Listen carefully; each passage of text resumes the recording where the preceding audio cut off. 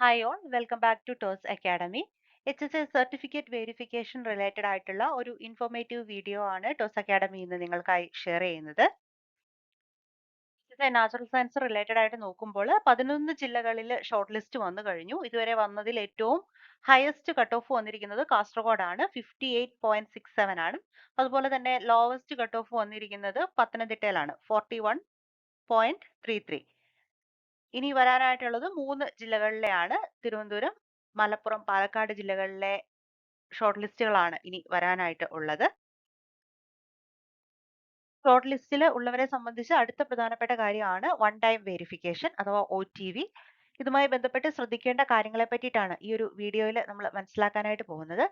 Short ലിസ്റ്റിൽ ഉൾപ്പെട്ടവർക്ക് already message വന്നിട്ടുണ്ടായിരിക്കും, അല്ലെങ്കിൽ PSC പ്രൊഫൈലിൽ OTV റിലേറ്റഡ് ആയിട്ടുള്ള ഇൻഫർമേഷൻസ് വന്നിട്ടുണ്ടായിരിക്കും.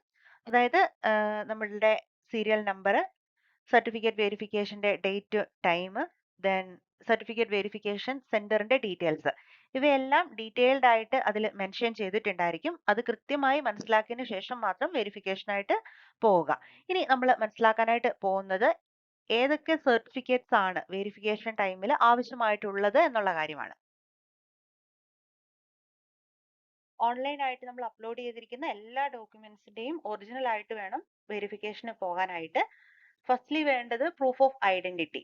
അത് ID കാർഡ് ആവാം, ആധാർ കാർഡ് ആവാം. എന്താണോ നമ്മൾ അപ്ലോഡ് ചെയ്തിരിക്കുന്നത് അത് തന്നെ കൊണ്ടുപോകാനായിട്ട് ശ്രമിക്കുക. Aadhaar card or other recognised photo ID. Then രണ്ടാമത്തത് proof of name and age. പേരും ഏജും തെളിയിക്കുന്ന സർട്ടിഫിക്കറ്റ്. അത് SSLC സർട്ടിഫിക്കറ്റ് ആവാം, അല്ലെങ്കിൽ CBSE സർട്ടിഫിക്കറ്റ് ആവാം. പിന്നെയാണ് ഇമ്പോർട്ടന്റ് ആയിട്ടുള്ളത് നമ്മുടെ എഡ്യൂക്കേഷണൽ ക്വാളിഫിക്കേഷൻസ് തെളിയിക്കുന്ന സർട്ടിഫിക്കറ്റ്സ്. ഇതിന്റെ എല്ലാം ഒറിജിനൽ ആണ് കൊണ്ടുപോകേണ്ടത്. ഡിഗ്രി സർട്ടിഫിക്കറ്റിന്റെ ഒറിജിനൽ, BEd സർട്ടിഫിക്കറ്റിന്റെ ഒറിജിനൽ, അതുപോലെ തന്നെ കാറ്റഗറി 3യുടെ സർട്ടിഫിക്കറ്റ്, കേരള ടീച്ചർ എലിജിബിലിറ്റി ടെസ്റ്റിന്റെ കാറ്റഗറി 3യുടെ സർട്ടിഫിക്കറ്റ്. അപ്പോൾ ഒരു കാര്യം കൂടി ഓർക്കുക, ഡിഗ്രി സർട്ടിഫിക്കറ്റും BEdന്റെ സർട്ടിഫിക്കറ്റ് ഒക്കെ കൊണ്ടുപോകുമ്പോൾ അതിന്റെ ഒപ്പം തന്നെ കൺസോളിഡേറ്റഡ് ആയിട്ടുള്ള ഷീറ്റ് കൂടി, കൺസോളിഡേറ്റഡ് സർട്ടിഫിക്കറ്റ് കൂടി കൊണ്ടുപോകാനായിട്ട് ശ്രദ്ധിക്കുക.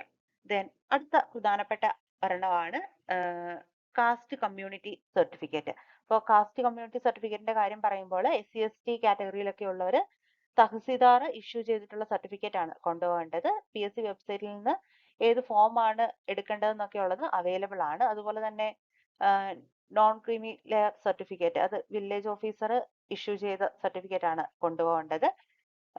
അതില് സ്റ്റേറ്റ് എംപ്ലോയ്മെന്റ് പർപ്പസിനുള്ളതാണെന്ന് മെൻഷൻ ചെയ്തിരിക്കണം. അതുപോലെ EWSഉം വില്ലേജ് ഓഫീസർ ഇഷ്യൂ ചെയ്തിട്ടുള്ള സർട്ടിഫിക്കറ്റ് ആണ് കൊണ്ടുപോകേണ്ടത്. ഇത്രയും കാര്യങ്ങളാണ് പ്രധാനപ്പെട്ടത്. അപ്പോൾ proof of identity, proof of name and age, educational ക്വാളിഫിക്കേഷന്റെ സർട്ടിഫിക്കറ്റ്സ്, ഡിഗ്രി സർട്ടിഫിക്കറ്റ്, BEdന്റെ സർട്ടിഫിക്കറ്റ്, കേറ്ററ്റിന്റെ കാറ്റഗറി 3യുടെ സർട്ടിഫിക്കറ്റ്.